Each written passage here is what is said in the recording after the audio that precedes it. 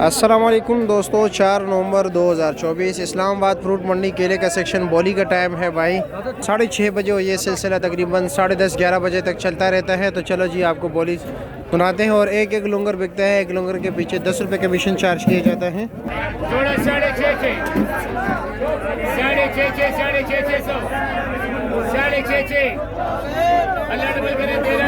650 रुपये, 1320 रुपये इनसे लेंगे।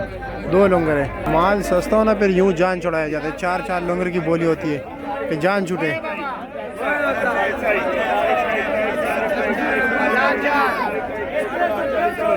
हेलो जी, 250 रुपया।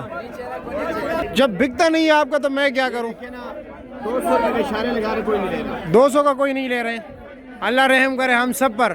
आप लुंगर चेक कराएं। नहीं माशाल्लाह केला सही है। एक लुंगर के 6-7 दर्जन केला। जी बिल्कुल ठीक है, शुक्रिया जी।